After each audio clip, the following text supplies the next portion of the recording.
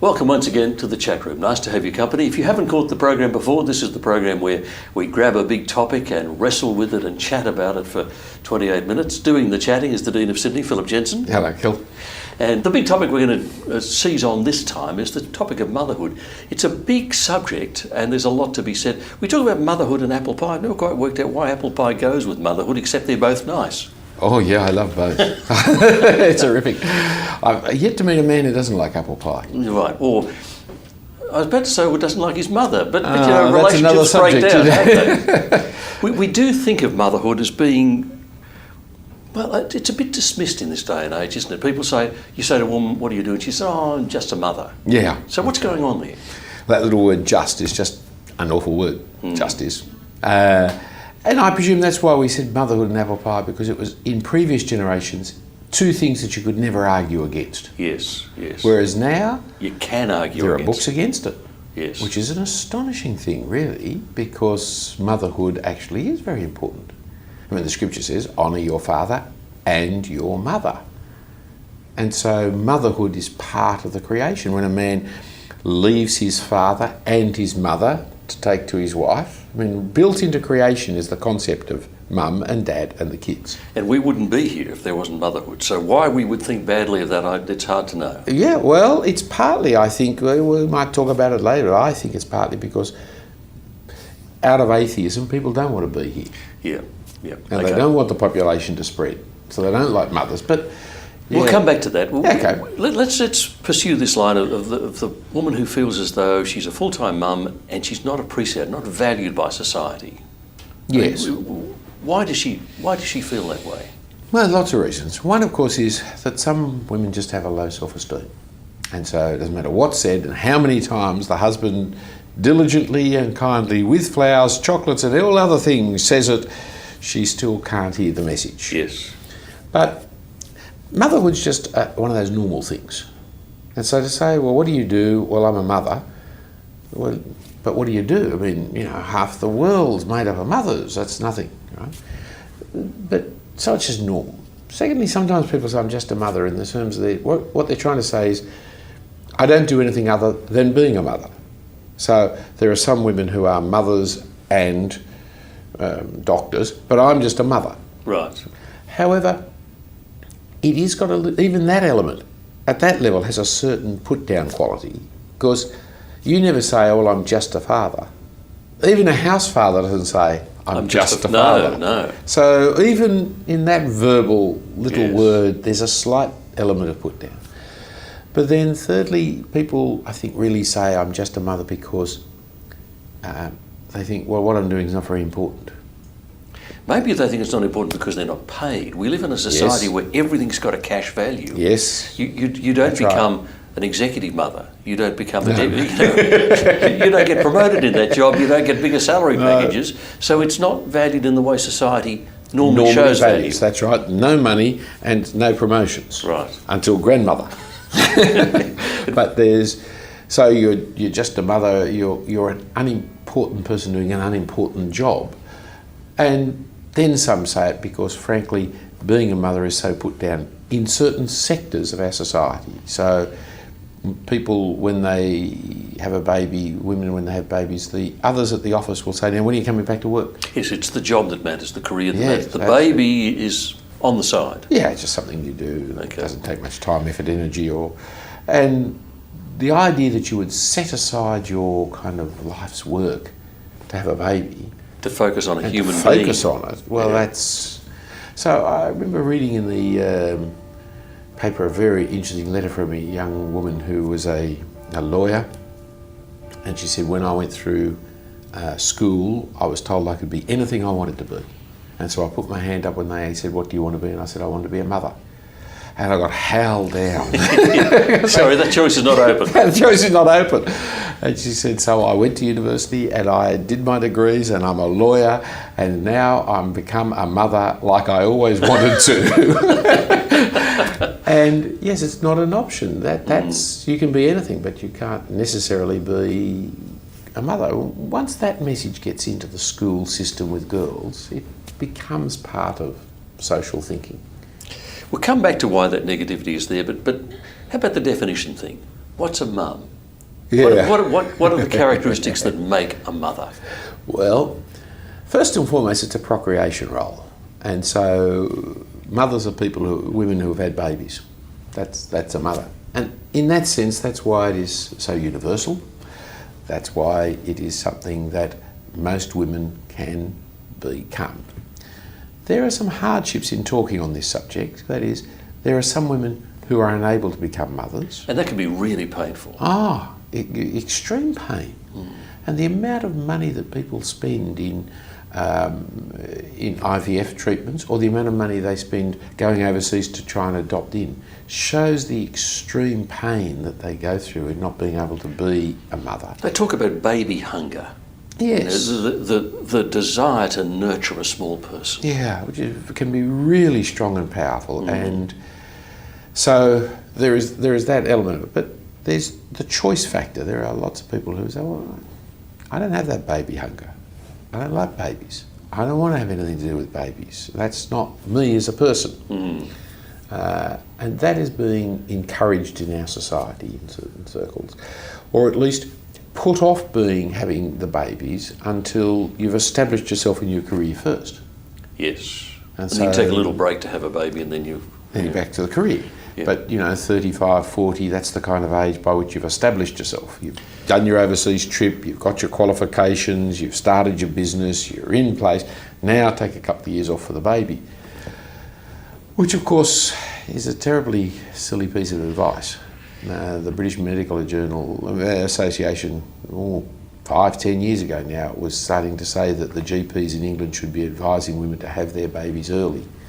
Baby first, career second, rather than career first, baby, because with every successive year after 30, it becomes more difficult to conceive, and the likelihood of abnormalities in the babies increase, and. But there's more to motherhood than just reproduction, because there are personal characteristics that a mum has to have, the things that we remember about mums. Well, yes, there's nurturing. It comes out of nursing, which comes out of breastfeeding, which has got to do with soft cuddles. Yep. It's got to do with gentleness and protective care in that kind of gentleness. And while we might want to not kind of use stereotypical terms to describe, there's a reality that those stereotypical terms are describing. Yeah. So again, there was an interesting article I read in the paper of a house father who said that he did everything that he could, and the wife went and did the work, etc. But he said when they were home on a weekend and the kid was hurt, it was still always to mum. mum. He said, at first I was offended and upset they wouldn't come to me, but he said, when I thought about it, if I was sick and sore and hurting, who would I prefer to cuddle? Yeah. And so there is a softness, there is a gentleness, there is a caringness. And so mothering is something that a man can do. Yes, but it's still mothering. But it's mothering, it's a gentleness, it's a kindness, it's a nurturing activity. But then a mother is also somebody who has a relationship. Mother is a relationship, and so you can be mothered by your aunt, you can be mothered by your grandmother. It doesn't have to be your biological mother to be your mother. And that's why adoption can work, because it's a matter of being in that relationship of responsible care for that person. Does the Bible tell us much about what makes a mother a good mother? No, because it's dumb obvious. Right. In one sense. I mean, Paul tells Timothy to treat older women as mothers. Right. And so honour them as mothers, respect them as mothers, that kind of thing? Yes, and approach them as you would approach your mother. Yep. And he says of Rufus, not a very common name these days, Rufus, but it's a good name. It's in the Bible, Romans 16. He says of Rufus and his mother, who was as a mother to me. Right. So she had nurtured and cared for Paul. Somehow. Yeah, somehow. Yeah. Now, there are certain things that are so basic that you don't need to teach. I mean, I remember when we had kids, we read Dr. Spock. He was all the rage back in those earlier days, etc. This is the Spock without the pointy ears. This is the Spock that explained about babies. Yes, and the one who changed his mind, having persuaded us all to raise our children one way, then Said, decided... no, I got it all wrong. Yes, he got it all wrong. Yeah. However, Dr. Spock's book basically was saying, relax. You will know what to do. The instincts are there. The instincts are there.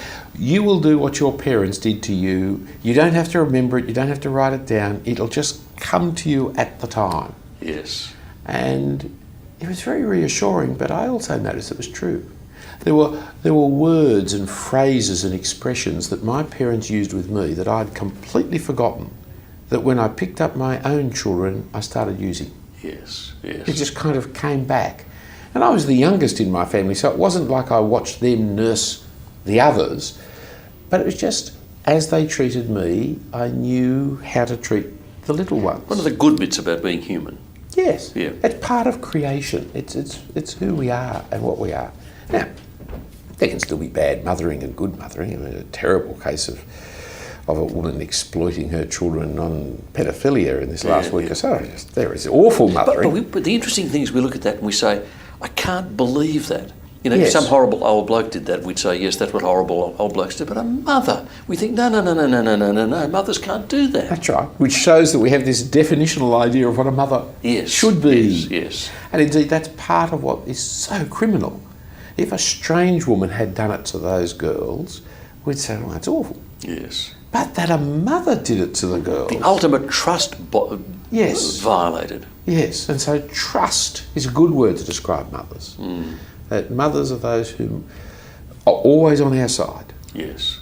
You know, whatever else, mum is on my side, right or wrong. Mother is on Doesn't my matter side. what you do, she'll always say, come in, I'll make you a cup of tea, tell me all about it. That's right. Now, she might be the disciplinarian and the rest. I mean, internally in the relationship, she might be the one who puts me straight 100 times. But in terms of the world, she is the defender, protector, she is the one... Yes. The mother bear is the person you do not cross. Yes. Now, with that as a background, this child-free option, which is growing apace in our world, there's a website for women who are choosing to be child-free. Yes. The ultimate test of being arrived. I have a website. I mean, against that background of the joys and the pains, because there are pains in being a mother as well. Great pains. Against all of that background, where is this, you know, I'm a woman, I want to choose to be child-free, where's that movement coming from? Well, partly the pains. That is, God has created us as fathers, mothers, children, husbands, wives, but because of our sin, there enters into our relationships pain and suffering. And so in Genesis chapter 3, the woman has pain and suffering in her relationships with her husband and in the bearing of children. And so what should be natural, positive, easy, wonderful is now something which brings a lot of suffering, a lot of pain. And it's not just in the having of the children, which can be enormously painful and dangerous and risky, but... Not as much as it used to, but yes, still. Yes, that's I right. remember when Barbara had my wife had her second, she said, I'd forgotten how much that hurts, she said. And what did she say with the third? Yes, there isn't. Okay. The ongoing pain. Yes, So the book of Proverbs talks about the foolish son and what grief he brings to the mother. Yes. Yeah. And you never cease being a mother. I pondered often poor old Queen Mother, who was 100 and whatever, lying in bed, no doubt, worried about Princess Margaret, who was dying of cancer before her. And you think at 100 you could have given up worrying, but not if you're a mother. No, mothers never cease to be mothers, and they never stop worrying. And they never stop worrying about their little ones, doesn't matter who. So that pain So pain is part of the reason. People don't want it. But it's also... That's part of the reason for this child-free movement. But it's also the sheer sacrifice that is involved. Because there is no way back out, and what is required of a mother is so all-embracing, at certain phases more than others, that your life has to, in a sense, be put on hold for the sake of this other person. Now, that's a big ask. Why would I want to put my life on hold for the sake of somebody I don't even know yet? Somebody who's theoretical, who's a being, who's a person. and who, when they're born, I mightn't even like. Now, Mind you, God's been very clever. He makes them very cute when they're little. of course, but if you have grown up with cute little babies and love them, and if you've got that kind of drive and instinct, well, it's an easy choice. But if for various reasons you don't have that kind of drive and instinct, the hormones don't run particularly strong in your body in that regard, and the few babies you know have been just vomiting all over you and dirtying their nappies, and you think, I hate them, then to put my life on hold for the sake of this objectionable squawk, that's a big ask. And so I'd rather not do that. Forgetting, of course, that later on you might want to, forgetting that as part of pregnancy, hormones change, attitudes change, and so there is postnatal depression, which is very deep, affects a lot of women, but generally women get past it, especially with proper help, and people need help. Most people don't want to reject their children once they've been through the process. There are times when they're teenagers, but but once they're yours, aren't they? They're wonderful and they're beautiful, and you see all the fascination. Yeah, but they can't see that at the front end without them, because they're imagining the children they don't have, and they're saying, and they're imagining the children in terms of their friends' children who are really ratty, and they don't understand that where other people's children irritate you, they're your children, so they're not like that. That's right. Yeah, and so, but it is a big sacrifice. I mean, it affects your body, and women's consciousness of their body is different to men's consciousness of our bodies. And overemphasised in our culture, perhaps. Yes, most likely is, but it is in every culture emphasised to some extent, and the body is never going to be the same again, and so that's part of what's affecting it. But it's also my time, my life, my career, the things I want to do, the places I want to go, the jobs I want to do, the friends I want to have. All that is now going to be put aside for the sake of this other person. And is that made stronger by the cultural forces flowing through our society these days? Yes. The hedonism, the individualism, every one of the kinds of isms that you can think of today pushes it further. Atheism is always concerned with material existence rather than interpersonal relationship. Because ultimately atheists don't believe in personality and personal relationships. That's a nonsense. That's about things. It's about things. Hedonism's all about the pursuit of my pleasures. Now, some people will have babies because they find it pleasurable, but if most people find their pleasures elsewhere, they don't want to. They'd rather have a dog or a cat or ride a bike. Materialism, well, if you want to be impoverished quickly, have children. It costs an enormous amount of money to raise children in our day and age, and so you don't do that. Individualism, well, the very nature of raising families is not being an individual, is actually now living my life for somebody else rather than for myself. So it's the opposite of individualism. In all the isms of our world at the moment, they're all anti-children.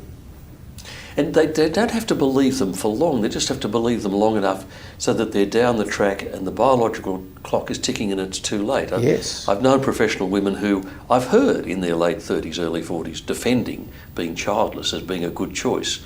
But the choice wasn't all that deliberate. They're now saying and there are some really sad ones. The people who have gone into de facto relationships in their 20s, by the time they're in their 30s, the husband has got sick of them, moved on to a younger model, and they're not finding it so easy to find another man to marry. And those reproductive years that they could have had, they chose not to and they haven't got a choice of men now to do it. And those problems are really very difficult for lots of people.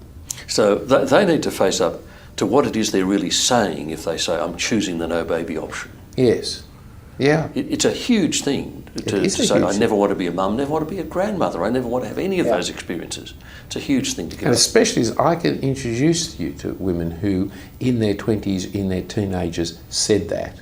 And then who got trapped. now are mothers. Oh, right. And who are saying, I'm glad I didn't follow my own advice. Yes. Let me talk to you about working mothers, because what are the options that they've got there? There have been times when in conservative Christian circles working mothers have been looked down on.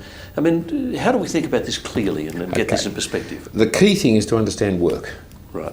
So there are three kinds of work. There's career, there's job, and there's calling. Okay. Now, career is the idea that I'm going to advance in life through my different employments. And they could be 7 or 8 different jobs. I start off as an engineer, and then I move into administration, then I move into financial planning and consultancy until I become a company director. And the engineering I was trained for in the first place has disappeared. But I've kept on stepping up and up in this process. The progression is the career. The progression is the career. Yep. It's always hopefully upwards. Yes. And I work to advance myself in society through my work. I'm investing myself in what I do in that case. And so my work is me. Yeah. And my life. Second job. I just go and work for money. Yeah. I mean, I might do this job, I might do that job, but the reason I'm doing it is for money. If they weren't paying me, I wouldn't do it. Pay the mortgage, pay the groceries. That's right. And as soon as the knock-off whistle goes, I'm out of here. Yep. And I'm not interested in overtime. I just do a job. Yep. Now, naturally enough, professional people get attracted into career thinking, whereas manual labourers think that careers are nuts. It's a dirty, rotten job I've got to do to get my money. Third thing's calling. Yep. Calling is, I'm doing the job I'm doing because I love the job I'm doing. It mightn't go anywhere, it mightn't be any advancement, but an artist has this calling to paint. He might be as poor, but he's painting, he's doing what he wants to do. The cricket player's playing cricket, the musician's playing his music. They're doing what they want to do. The amount of money they get paid is not really the issue, and the kind of advancement that is there is not the issue. But they're doing the painting. They're actually doing what they want, yes. Yes, there is no career advancement. I've arrived when I'm doing it. Now, with that kind of background, goes with women, yes. There are career women who do not want to have children. Well, that's all right, they're career women. There are career mothers who are actually not career mothers, they're mothers by calling. Right. There are women who just want to be mothers. That's their calling. They calling. want to be homemakers. Yes. There's no advancement, there's no money, but it doesn't matter. They're enjoying being at home with their little children. That's what they have always wanted to do, that's what they do. They're like artists. They're like artists in that regard. Then there are the women who will go back to work. So the third group is to go back to work, and the fourth group is to go back to work. And they are in two kinds. There are those who are mums and have the career, and there are mums who have a job. Yes. So there are those mums who had their children, but really their children are an interruption to their career. And their career has always been the dominant thing, and the children just came in and slowed their career down a bit, so they hit a glass ceiling because the kids know they're second to their mother's career. They understand their mother is really their career is really important to their mother, and their appendices. There's a fourth group, though, is the ones who, they don't really want to work all that much, but they need the money. They can't afford to just sit at home with the kids, and so they take a job on. Yeah. And the kids know that. They know mum's working so as to give us more money so that we can do things. And it's a different attitude. You can't hide from the kids what you can hide from yourself as to why you're working and working the hours you are. Do you have to be a Christian to be a good mother? Absolutely no and absolutely yes. All right. It's got to be no, because a mother's a mother. Right. Hindu, Buddhist, Muslim, from anywhere and everywhere, it's reproduction and caring, and women can do that brilliantly. Some do it badly, but most do it wonderfully, and they have that commitment. And it's fascinating to see across the spectrums of society and across the cultures of society that sense of response that people have to their mothers. And there are good mothers in every culture and every time and every place. And, yeah, that's right. So you don't have to be a Christian to be a good mother, but yes, you do, because ultimately the reason God has made us as men and women to be united together permanently is so that children might be raised in the fear and nurture of the Lord. And so therefore, the aim of a good mother is to raise the child to love the Lord. And the non-Christian is not going to do that. So she might provide food, she might provide shelter, she might provide love and affection, she might provide a whole range of things. But only a Christian is going to continue to raise her children to love the Lord Jesus Christ. Showing what it means to be a Christian, talking about God to the kids, all that stuff. Yeah. Okay, two blokes, we've been talking about mothers for 25 minutes. What should we be doing when it comes to mothers? How do we relate to mothers? Well, yeah, good on you. I'm glad you asked that. Now I've got to stop and think about it. Firstly is that Malachi 2 passage. Right. That out of the long-term unity comes the godly children. And so the first fundamental thing to do for the mother is to love her and to provide for her the security and establishment of a safe home where she has the protection and the provision to be able to raise her children without fear. Yep. Without fear of you, the father and husband, without fear of the outside world. She protects the children, you protect her, protecting the children. Yep. And so the commitment of the man to his wife is fundamental to helping her raise her children as a good mother. And so that is the biggest, most important thing. But then I think we should be honouring. We should honour the mother that is our mother, but we should honour our wives and others, women, who are doing the work of motherhood. Honour the mothering that they're doing. Yes. And we should not allow people to use the word just. Yes. We've got to stop Don't that. let them put them down. No, and stand up for them, especially the calling mothers, because they by nature are not the people who go out into the universe and argue for the rights of women and for the roles of women. It's the career women who are the public advocates for women. So that means we're getting an unbalanced picture. Oh, very unbalanced, because about a third of women actually want to be career mothers.